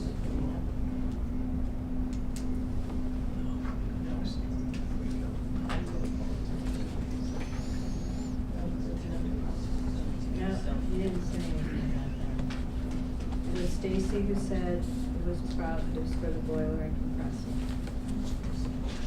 Seems odd. Well, I can ask again.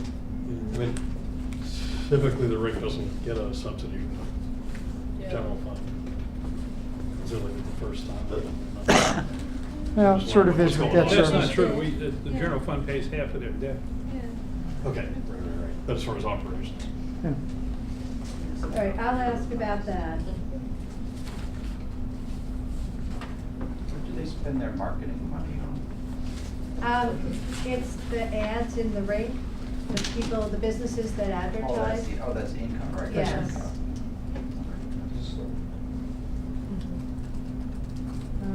Let's see, are there any other questions? And then I'll. Okay. So are you recommending as printed? I am, if you're willing to do it now before I get the answer to the question. Yep. I think that's a fairly standalone question. Okay, Okay, so you're recommending as printed? yes, I am. Okay. Any second? Okay, good. Any further questions? We'll get that $25,000 knocked out Wednesday. And a question about the fund balance. It sounds Yeah. kind of low. How's that? I said the same Historically. thing. I said the same thing to Sandy. I don't, historically, I remember it being bigger, but I can ask him. But I questioned that a couple times because it seemed odd. Okay, so maybe that'd be another, Okay. they've been using a lot of. I don't think you can trust the historical fund balances, because for a long time, they had utter confusion on, collecting money from Yeah, groups and- before they used it. right, exactly. And so Right, and then also they decided you couldn't put salaries, temp salaries in an enterprise fund. I guess the real question is, are they running at a loss that's been burning down the fund balance, or is it just bookkeeping issues? Yeah, I don't have last year's. Usually I put it in my report, but I don't have it, so. And if they're burning the fund off, then there's not much left to burn off. Well, Well, they've been collecting, the revenue has been pretty consistent on the rink. right, and there's nothing in the budget to indicate that. I mean, it balances without them using Yeah. any kind of a transfer from, I mean, other than. Yeah. Maybe it's just Right. fixing books on Yeah. something. Where do you see it running a deficit? They're not. But there's also no, like, use of reserve on their revenue side, that's what I'm saying. is that Why- I don't think they're Yeah, bringing but on funds. Why are they all in parentheses? 2018 was Why a are you $40,000 deficit. I'm sorry. No, it was a surplus. That was a surplus. And they had a surplus in Yeah, 17. Right. So the two actuals we have are both small surpluses. And the two actuals they have, I think maybe exactly 49, no, it's pretty close to 49, It's 59. So like the two surpluses Yeah. seem to be the balance of the fund. I don't know. Well, they're not- Margaret, did you have a fund balance for this one? Yes, it was.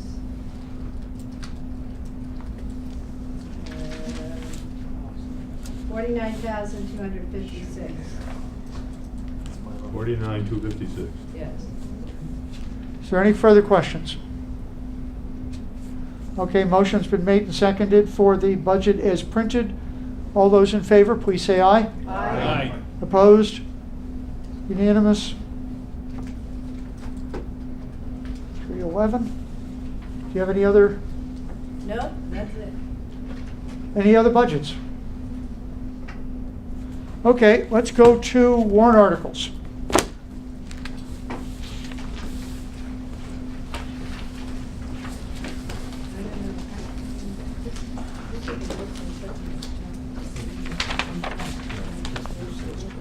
Yeah. What's the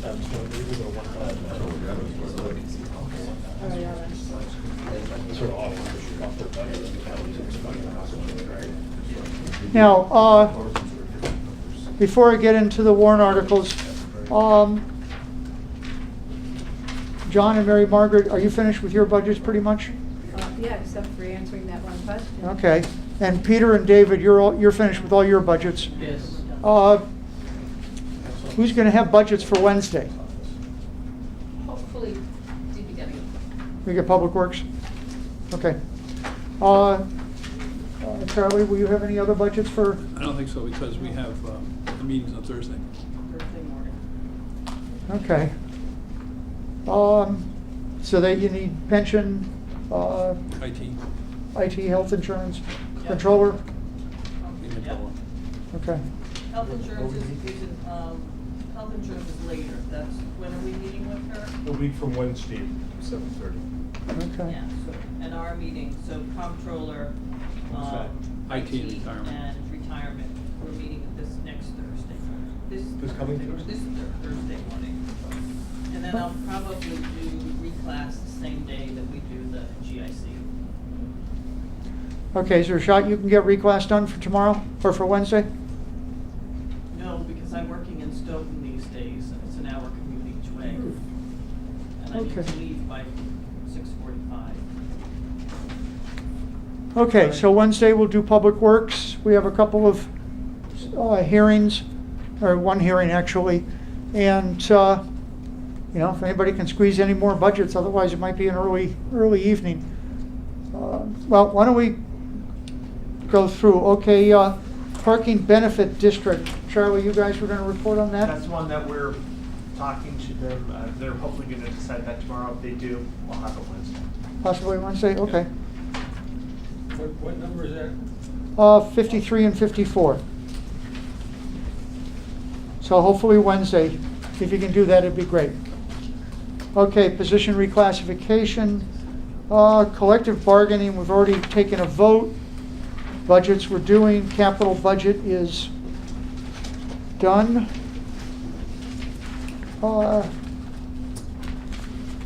59, we've already voted no action. 60, we've already voted that. Water and sewer, Grant is not here. Minuteman, that's next week if I remember correctly. Yeah, and that'll be Monday. Appropriation committees and commissions. Well, let's go through some of this.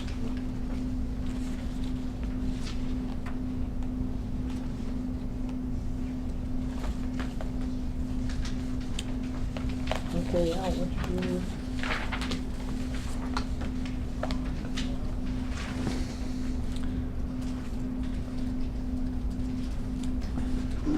I've got a list here with no changes. So let me go through the whole list, and then we'll go back and if people are ready, we can just vote on it. So I've got tourism and economic development. We appropriated last year $4,275. They want the same. Flags on graves, which actually is a requirement, $4,500, so there's no change there. Arlington Human Rights Commission, oh,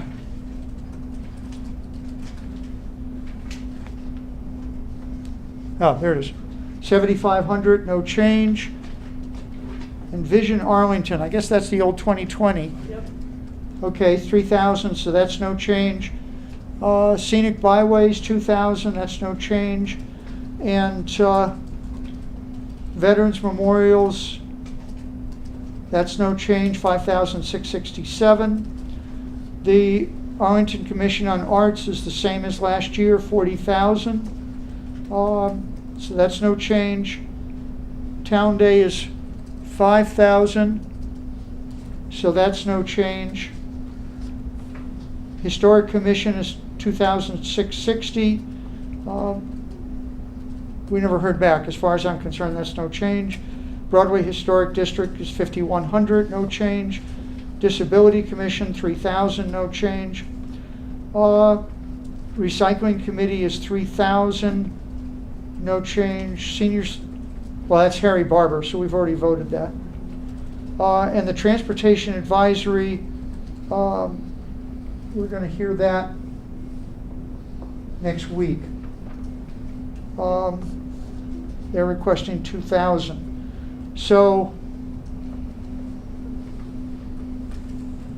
everybody feel comfortable voting the ones that I've listed as a group? Carolyn? No, so the Arlington Council the Arts Council, when we voted to give them $40,000 last year, did we vote that into perpetuity, or did we vote that because they were spending money on something specific last year? And that just seems like a lot of money, and we went from 5,000 to 25 to 40, and now we're staying at 40, and the question is, what are we getting for that? I mean, I support the arts, I support having, but have they not come before us yet this year? No. I think they need to. Well, you know, this should have been brought up like a month and a half ago. But if I get, part of that $40,000 that we did last year was we had a debate about, they were hiring, if you remember, it was in the planning budget, and then we shifted to this. So there's employment involved in that $40,000. That we voted last year. Right, because the consultant would get them grants. Yeah, I thought it was to raise money. Okay. The consultant was going to be to raise money to be self-funding in the future. Right. Was that the case? Yeah. And the website was supposed to be self-sustaining. Yeah. So if the website's self-sustaining and the consultant is bringing in money, then do they still need 40,000? Well, if the committee wants them to come in, we can have them come in, but I wish the issue was brought up a little earlier. 40,000 sounds like a lot of money. Compared to all of these other ones, that's a substantial amount of Right. money. But remember, we grouped everything under the Arts and Council. Yeah. So, I mean, it includes the funds for Poet Arts, Poet Laureate, Arlington, it includes about 4 or 5 different groups. Actually, that's it. Dean had a good idea. Maybe they could just send us a budget. Yeah. I mean, Yeah. then if we choose, then they can come in. Okay. Just to expedite things. Anybody? Well, the notes from last year's FinCom report says it is expected that the Arlington Commission on Arts and Culture, beginning next year, will be presenting 3-year revenue and expenditure projections showing additional non-tax revenues to support its work. Right. That was the note from last Yeah. year's report. Yeah. Okay, fortunately Liz is not here this week. I will, we'll leave the Arts Council out, and I will call asking for, was it a revenue budget? Or 3-year revenue and expenditures projection showing additional non-tax revenues to support its work. So we had said that was a high number, and we expect you to go out and get grants and advertising and sponsorships and things like that to support the work. So we want- Non-tax we sources. want a balance. Okay, I will call them tomorrow and ask for that, and tentatively maybe ask them to come in. Well, I'll try to get it as soon as possible. Okay? Now, how about the remainder? So moved. Second. Okay, With the exception of ITAC, right? Because that's. right, so the only one we're leaving out, ITAC, no. Harry, Just TAC. is, yeah, TAC. There we're hearing we're hearing on Monday. So this will be Tourism and Economic Development, Flags on Graves, Human Rights Commission, Vision 2020, Scenic Byway, Veterans Memorial and Patriots Parades, Town Day, Historic Commission, Historic District Commissions, Disability Commission, and Recycling. So all those are motion for favorable action. And we already voted the Open Space Committee for 300, I think. Yes. Yeah, that's been done. Okay, so motion's been made for favorable action and seconded. Any further discussion on those? Okay, all those in favor, please say aye. Aye. Opposed? Okay, favorable action. Unanimous. On that we're going to hear. Okay. Okay.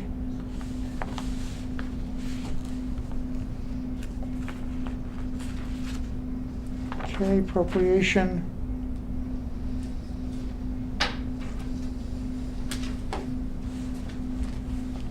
Water bodies, we voted. Community Preservation Fund, we voted. Harry Barber, we voted. 41 is the, no, I think 41 I have, we voted. Oh, wait a minute. Looking at last year, sorry.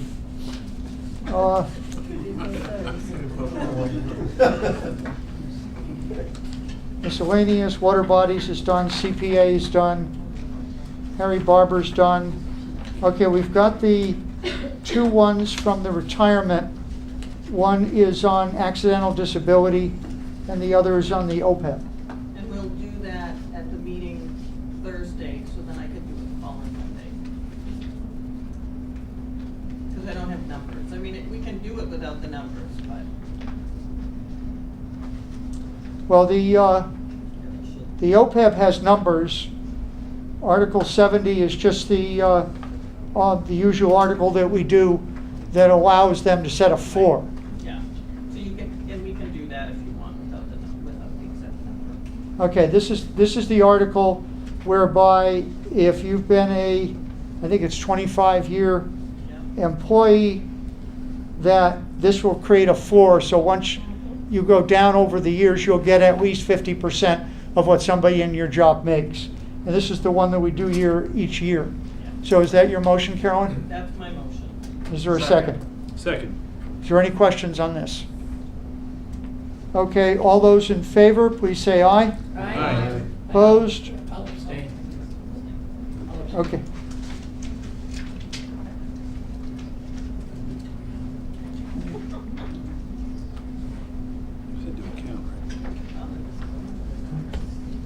Are you part of this, David? Keep Well, saying. In theory. I have it's me where I am a retired, anything that says retirement on, I usually abstain from. Okay, all those, No, don't, so I don't. all those in favor, please raise your hand.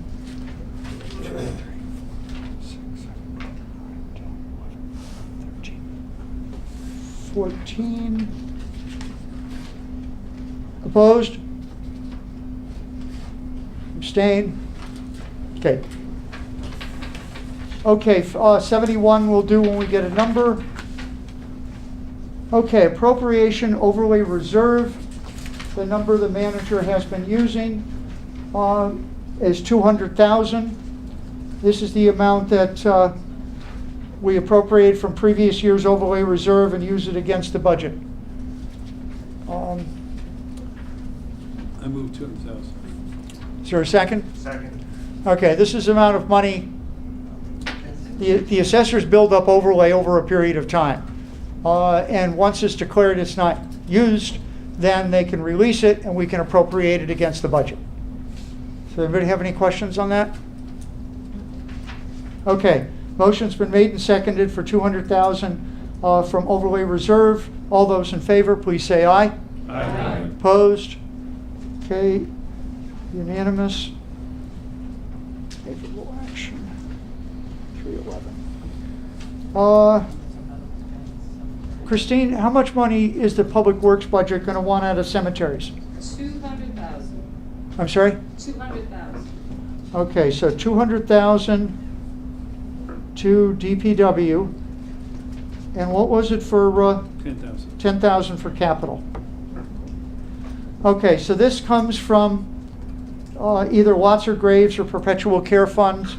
10,000 goes to the capital, and 200,000 goes to DPW for care of cemeteries. Do I have a motion? Which we voted last Wednesday. I'm sorry? Which we voted last Wednesday. We voted the 10,000. Yes. Okay, so now we're voting the 200,000 for DPW. Anybody have any questions? Okay, do I have a motion? So moved. Second. Moved and seconded. 200,000 from cemetery funds into the cemetery. All those in favor, please say aye. Aye. Opposed? Unanimous? Okay, free cash. Now, the number people knew our policy has always been when the free cash is certified by the state, we use half, we roll half. So this would be using $5,559,782 would be used by the assessors in the determination of the tax rate. In other words, it goes against the whole budget. Do I have a motion? How much is it? $5,559,782. It's not always going to be that high, by the way, but. Okay, motion's been made and seconded. Any questions? Discussion? Sorry, Charlie? This must be 11 million has been certified by the. Yeah, 11,119,563.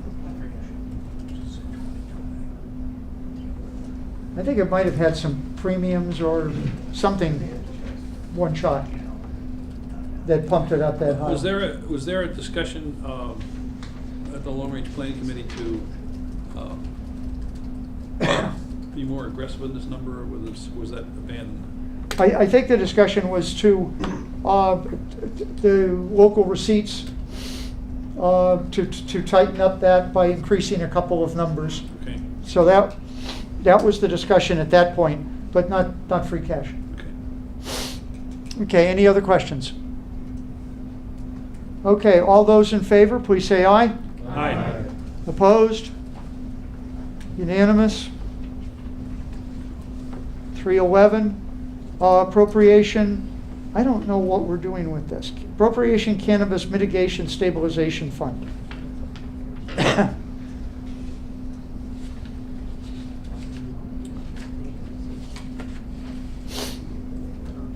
We haven't selected. I mean, we've got a medical purpose cannabis fund, but we haven't selected a recreational one, even though one is. There's no income stream there's no income that I know of. I think it's no action. Al? Yeah, John? I asked Adam when he was here what the purpose of this was, and I'm trying to recall, but I thought it was the town council had said that they need to show that there's gonna be a fund for mitigation. But I may be misremembering. Yeah, I see. I did ask about this. So why don't we, Charlie? why don't we just move $1 and, with favorable action, and then if it has to get changed later, we can change it. Okay, so that basically creates the fund and puts a buck in it? Yep. Okay, that sounds as reasonable as any. Second. Okay, so motion has been made and seconded for $1. Controller's gonna love these. Okay, $1 into the Cannabis Mitigation Stabilization Fund. All those in favor, please say aye. Aye. Opposed? Favorable action? Unanimous.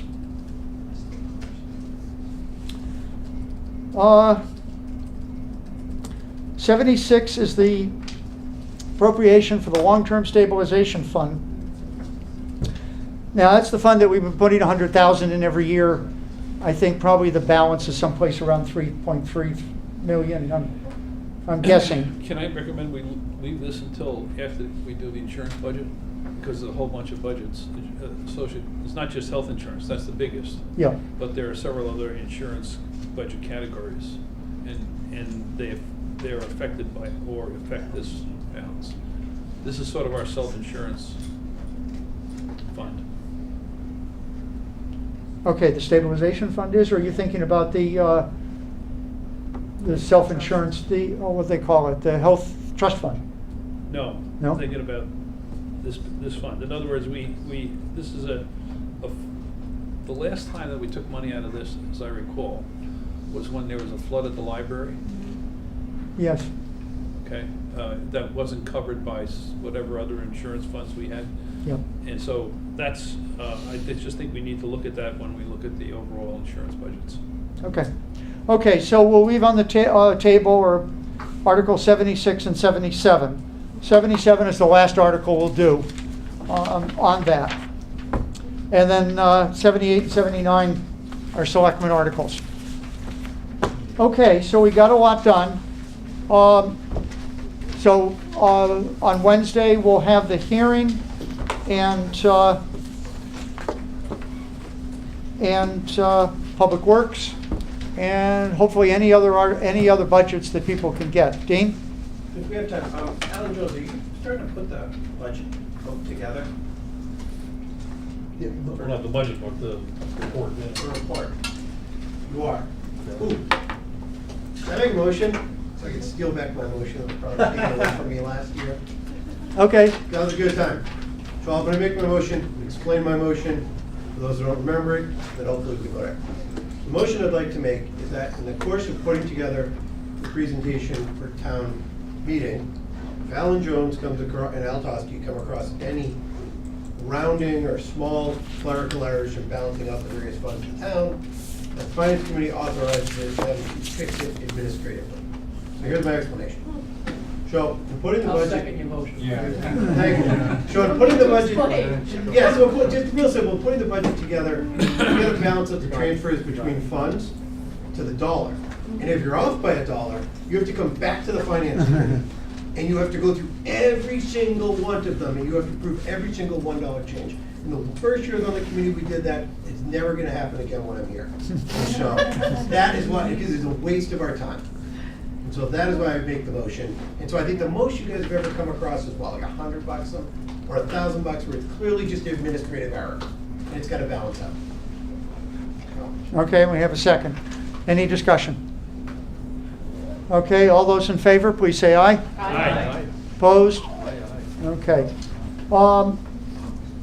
Okay, so please try to get any budget you can done, even if they're small ones, for Wednesday, so we can use our time well. Okay. Motion, committee's adjourned.